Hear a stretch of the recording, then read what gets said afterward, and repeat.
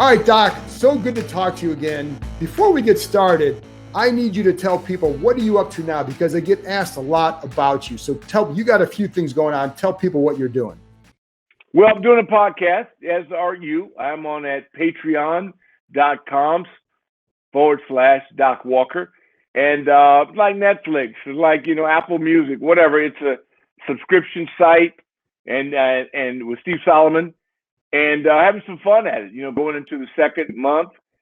I love it because it's an entrepreneurial site. It's a venture, and that's what it is. We're talent. We're artists, whether you think so or not. But even if we make you laugh or cry, but it's what we do.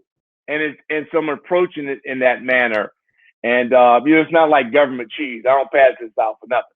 And so you want to come to the table, you got to go to a concert, you buy a ticket, put on a nice outfit and come in, and then be entertained. If not, then see you later. And the thing I've always respected and liked about you is you always evolve. And you had a role with this franchise, and that role, you were no more, but yet you continue to evolve. And that's one of the things I've always liked about you, Doc. Well, you don't get to pick your bosses sometimes, you know what I mean? They have to select you. The key is do the best you can and bring it. And that's what I do, and always can continue to do that. We understand, based on track records, about people that make good decisions over bad ones.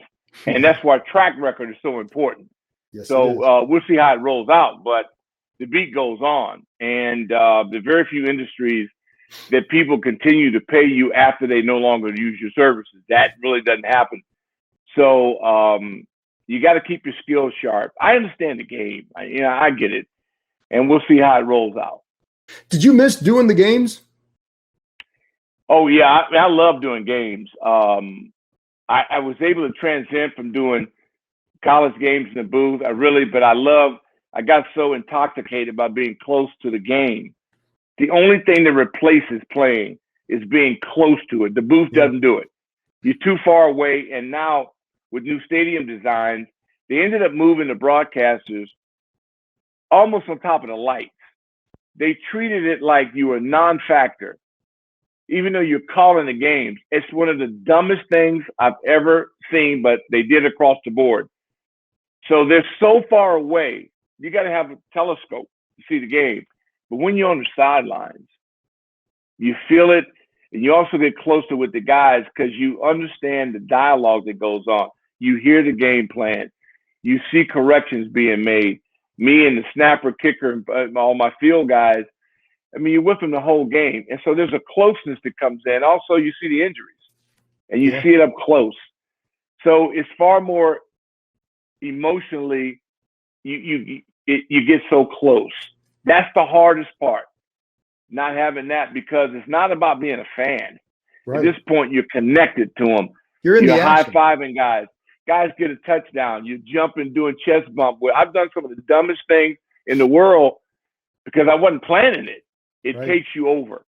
When you're on that sideline, being that close to the game, it's very, very hard to shake. And the fans, 3 hours early, talking, especially my favorite people are the people that work the stadium.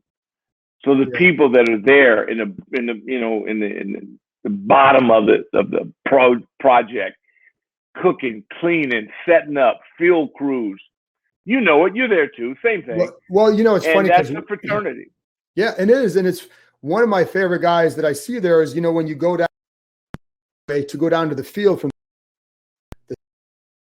opening that, and you see him, it's a moment, like we sit there and chat for hours with that, but it's like, hey, I see it. And it's awesome. Just because you're part of that group. It's not just about the field. You're right. It's about a lot of other things, the people who greet you. Oh, yeah. No, it's about the people. You know what? The parking lot attendance, there's so much of it. Now, COVID, and because there was COVID and nobody was basically there, that was the easiest separation. Right. Because, nobody was there. It'll be rough to see it, but you don't know till you see it. But that's the way it goes. It goes from, high school to college to the pros.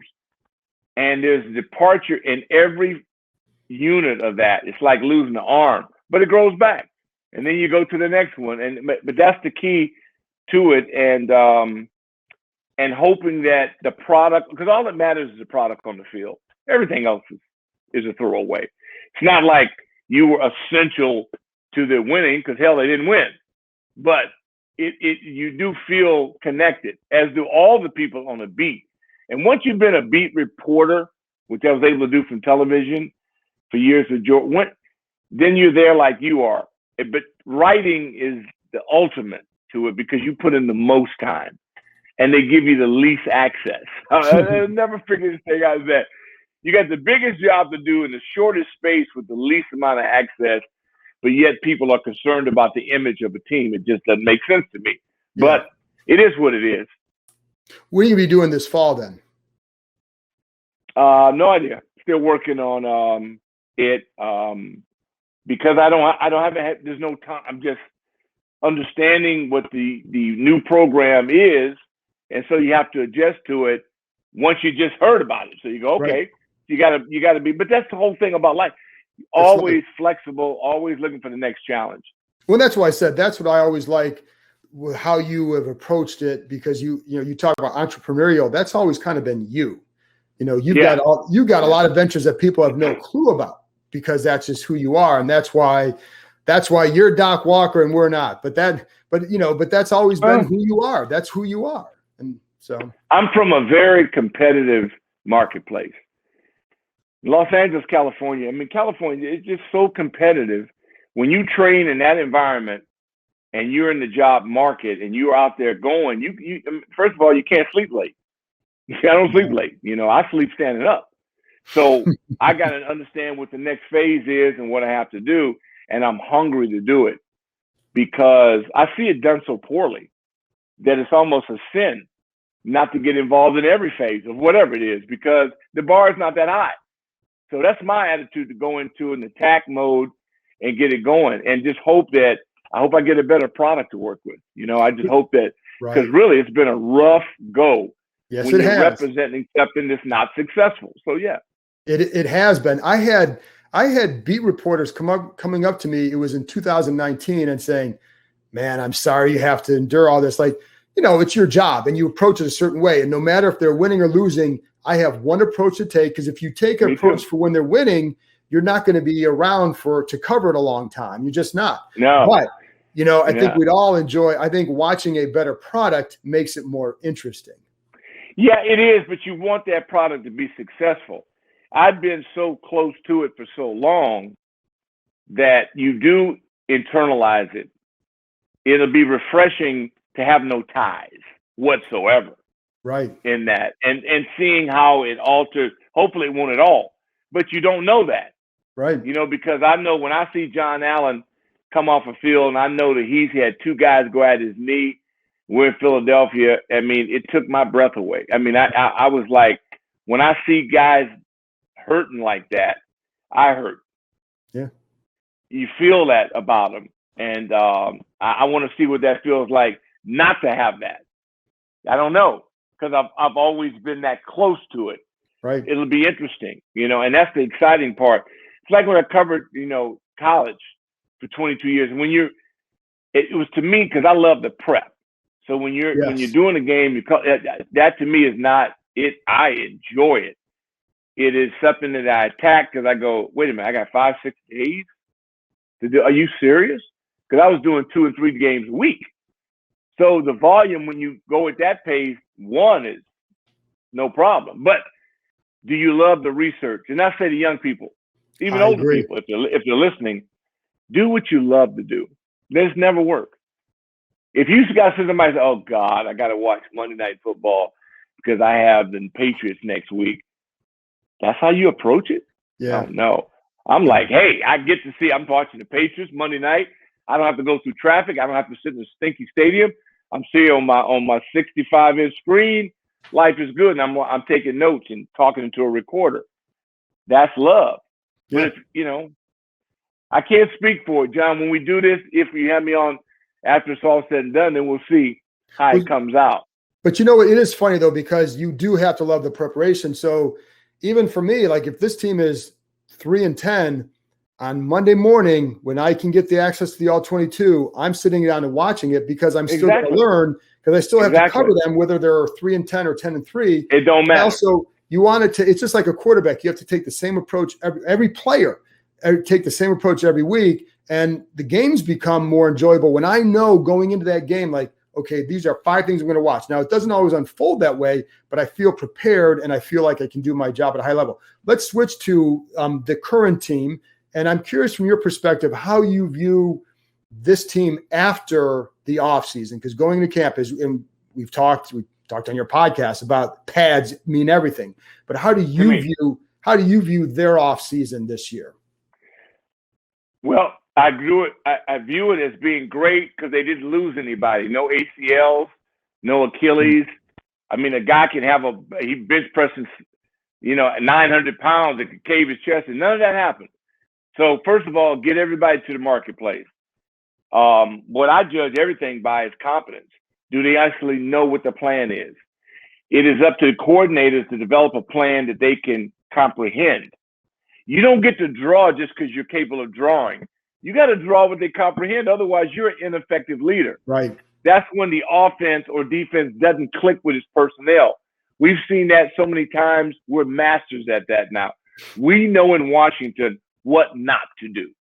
What I'm looking forward to is seeing it done right. Like Jack Del Rio, I thought he reached a common ground with his defensive troops.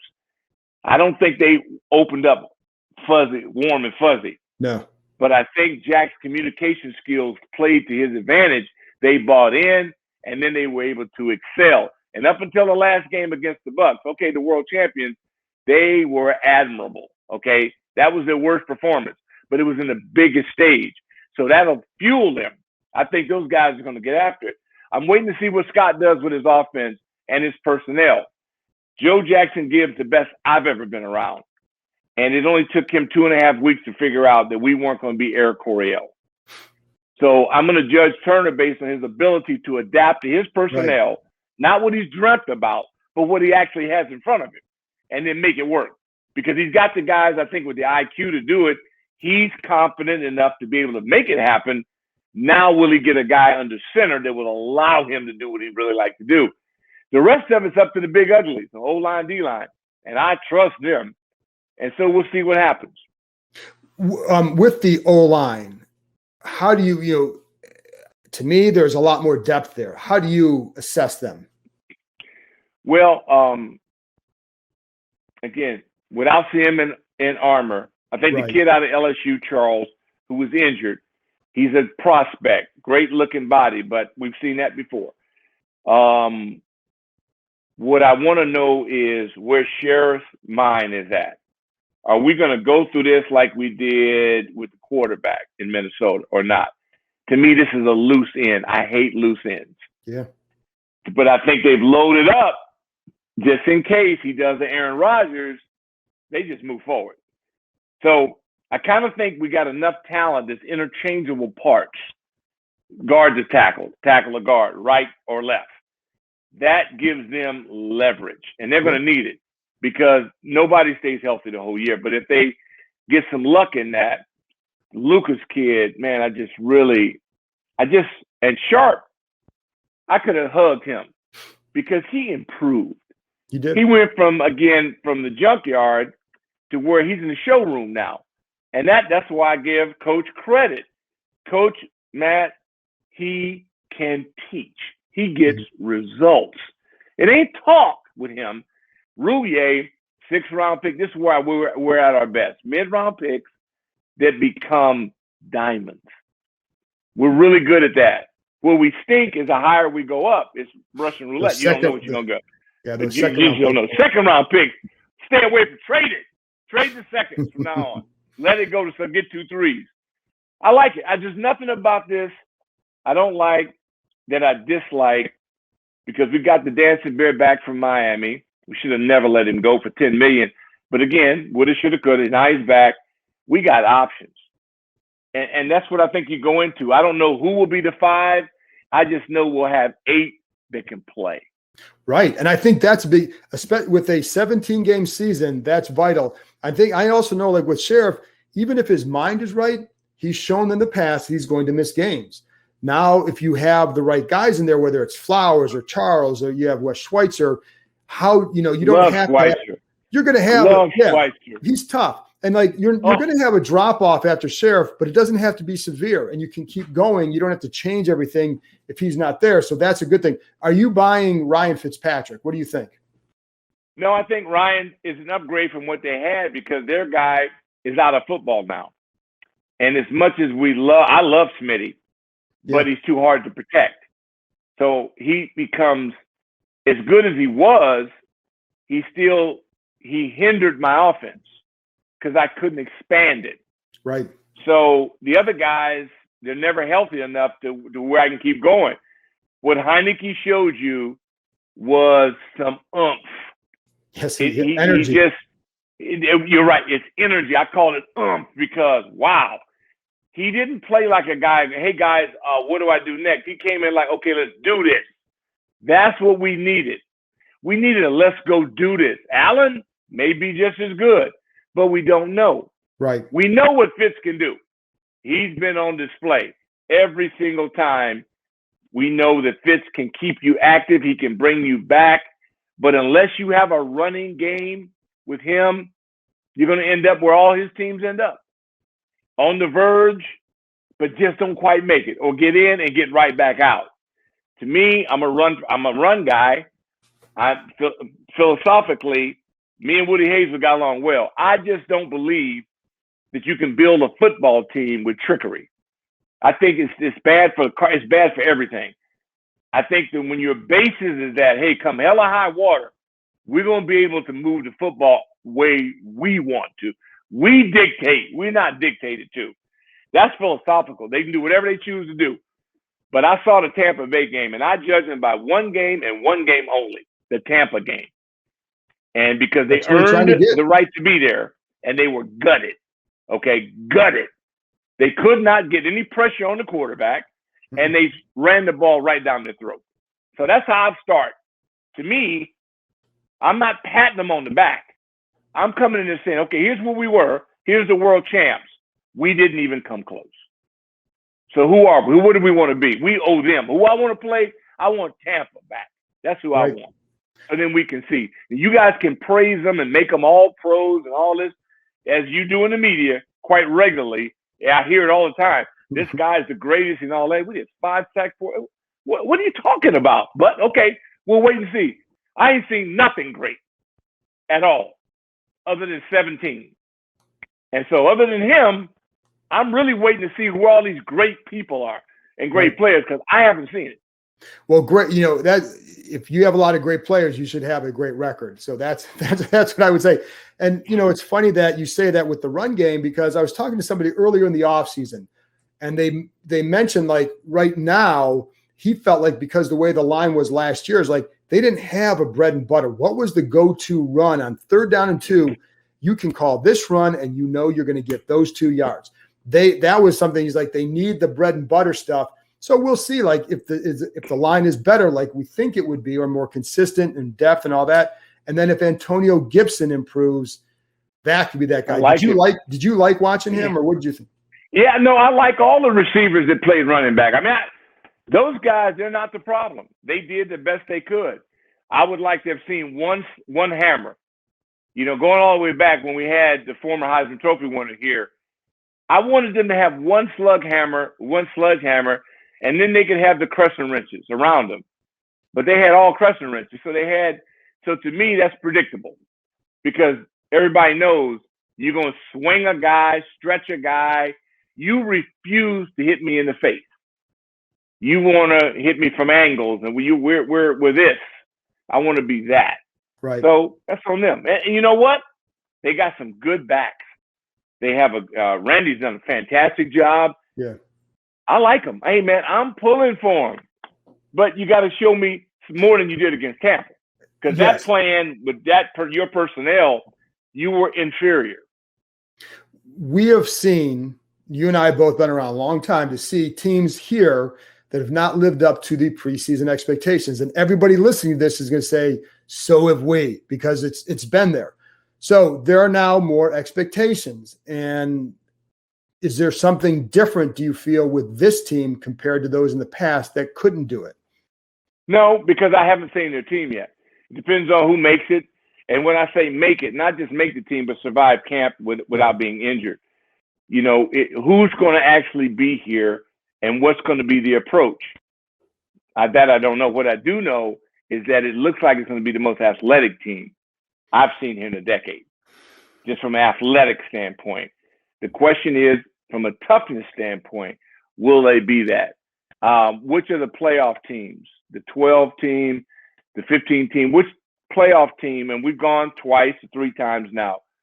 The rest of them are garbage. So which one of those is this team going to take on? Are they going to come back as the defending Eastern champions with their chest stuck out and challenging people? And I won't know till I see the Giant game.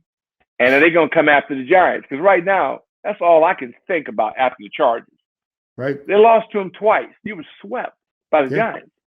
And so, but to me, the Chargers, I'm worried because our people on our East Coast, you don't respect the West enough. That's going to be a good team. Yeah, but you know it. You're scared. Like, I'm frightened of it. Yeah, but these people, it ain't just the Chargers. No. Their quarterback's better than anybody you have on your team. He's good. There was 4 games that they gave away that would have put them in a playoff position. If they get their people healthy, you're coming up with a new right tackle going against the best pat down rusher in the league at that position week 1. So you can pat yourself on the back all you want to. All I'm telling you is that if these guys don't get as hype for the Chargers as they would the Cowboys or Giants or Eagles, they're going to be in for a rude awakening. Because I guarantee the Chargers ain't lost no sleep about coming here to play them. That's what I want, an attack mindset against to get the opener going. Because when you don't start off in the division, that's why I like starting in the division. Yeah. You can't lose outside the division. That's just, you can't do it. We have got to come out and win week 1. What I've heard from Rivera is there's so much talk about competition that I think it plays to the not wanting to feel like, hey, we've gotten somewhere. It's more like you're still building somewhere to get there. And he told me the other day, like the phrase this year is going to be, now what? So as in, now what do? You did this, now what? Because you can't just, you can't assume growth. You've still got to take the same approach. So I think that's a little bit of a difference too, although it's not like Joe Gibbs didn't know how to do it. So we'll see. Last thing, Doc, and we've talked about this before. I think I know your answer. Do you have a name preference? Yeah, the football team's fine. I'm fine with that. What I don't want to be is the Wizards. I don't want them to blow this and we end up being like a cartoon. Right. I'd rather stay with the memories I have of Burgundy and Gold and the Skins because it was so emotional. So, but whatever they do, it's fine. As long as the colors. See, I've been saying this until I've almost lost my voice. I didn't even know what the Crimson Tide. I didn't even know Al was the elephant was a mascot. I just knew Crimson Tide. Right. Okay. So what's wrong with Burgundy and Gold? And our mascot's the Hogs, and just move on. Because at the end of the day, what matters? Win. And then whatever the name is, the football team, the public tried to make a joke out of it, TV networks or whatever. But when you win, now that they're chasing champs, less laughter going on in the background now, okay? And so just do it together. They kept the colors. I love the fight song. Make sure it incorporates our fight song. See, I still love the Wild Bunch, the Over the Hill Gang, the Pearl Harbor Crew, the Capital Punishment, the Hog, the Fun Bunch. Which is too much history to have that trashed out to become pilots? No. Right. I got to be able to tie into the history so that the song, the band, I just got to hear that fight song. There's too many ways creatively to tie it into it. Fight for old DC. And if we can keep some of that in there, that's what I would like. But I'll have no control over it. So things I have no control in, I spend very little time pondering about them whatsoever. It'll be whatever makes money right, as it always is. Yes. And that's really the only reason it changed.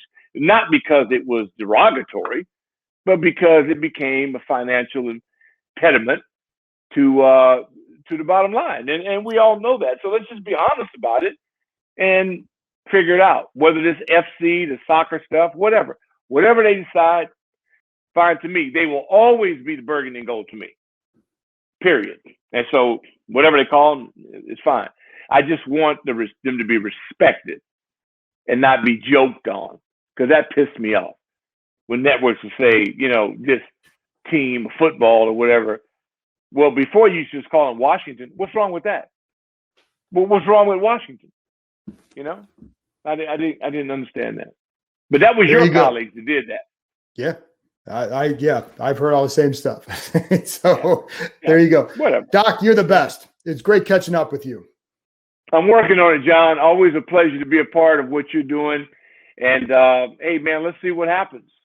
Let's see what happens. We'll be talking again down the road. So thanks a lot, Doc. I hope so. All right. Thank you, man. Appreciate it.